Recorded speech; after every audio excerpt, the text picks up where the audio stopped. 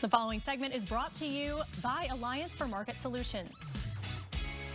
As climate change emerges as one of America's foremost concerns, experts have been debating the best solutions for this growing problem. Joining us now to discuss how a carbon tax can help address climate change while promoting economic growth is the Executive Director at Alliance for Market Solutions, Alex Flint. Alex, thanks so much for being with us today. Good to be with you. So there are so many climate change solutions out there. Why do you think a carbon tax is better than all those solutions? Well, the first thing to do is to recognize the scale of the problem. At the current rate, if we continue emitting greenhouse gases into the atmosphere at our current rate, we can expect global average temperature to go up about 6.5 degrees Fahrenheit and seas to raise 30 inches by 2100, right? That's the problem. And the solution has to be scaled to respond to that problem.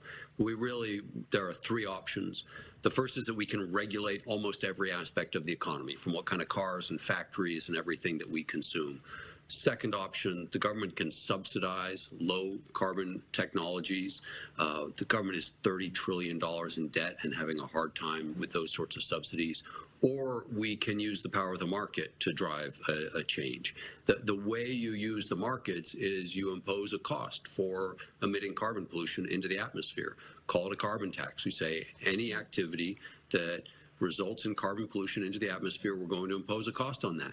That causes people to change their behaviors because people do not like paying taxes, and so they will seek to avoid paying that tax by changing their activities and avoiding the carbon pollution.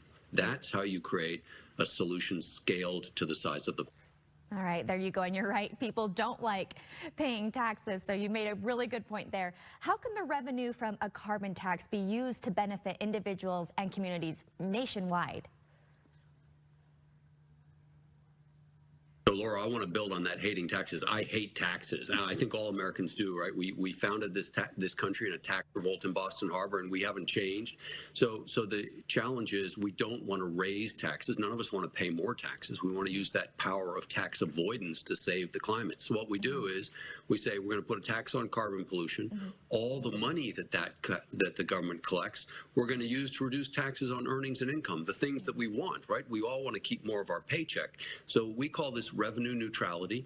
You don't let the government keep more of our money. Instead, do fiscal reform, tax the things we don't want, reduce the taxes on things we do want, and that is how we grow the economy and keep the climate from changing as much as it otherwise would.